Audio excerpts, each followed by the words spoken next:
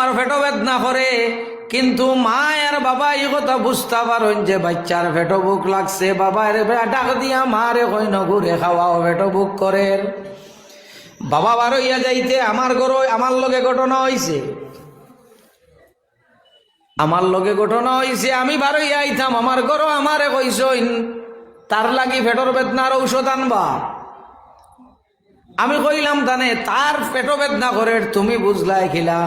আমি তো মানুষ কিছু মিথ্যা মানুষ, বেশ পিঠা তো তুমি 9 পাস মানুষ, আমার ঘরের মেট্রিক পাস নাই বুঝি আর এটা কিন্তু যাইব।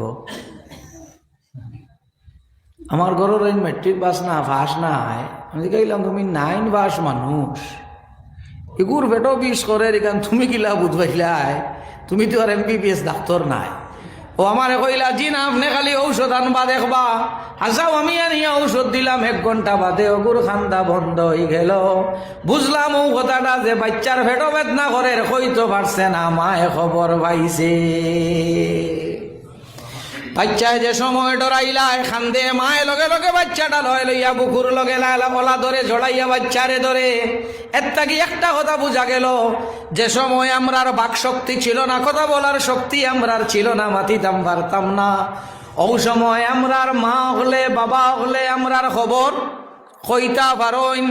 এই সময় বাবা মায়ে কইতা পারইন বাচ্চায় খান্দের পেটর বুকর লাগে খান্দের নিনা, পেটর বেদনার লাগে খান্দের নিনা, ডরাইয়া খান্দে। বাবায় মা এইখান কইতা পারইন।